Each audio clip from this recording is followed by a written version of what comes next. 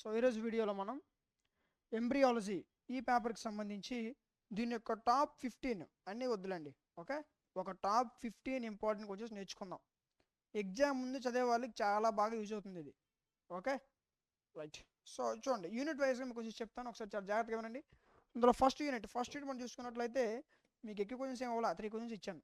Okay, so ఈ 3 ఖచ్చితంగా మీరు ఈ యూనిట్లో మిస్ చేసుకోకుండా చదవాల్సినటువంటి questions. Okay, so in case మీకు ఇంకేం డౌట్ ఉంటే కింద వాట్సాప్ నెంబర్ ఉంటుంది, కాంటాక్ట్ అవ్వండి. ఓకే, సో ఫస్ట్ యూనిట్లో మీరు మెయిన్గా చదవాల్సినటువంటి క్వశ్చన్స్ ఇవి. Next second unit. ఓకే, ఒక యూనిట్లో మీరు చూసుకుంటే 10 to 12 క్వశ్చన్స్ ఉంటాయి, కానీ మీకు టాప్ 3 ఇచ్చాను. ఓకే, ఈ 3 క్వశ్చన్స్ చదువుకుంటే మీరు ఈ పేపర్ ఈజీగా పాస్ అయిపోవచ్చు.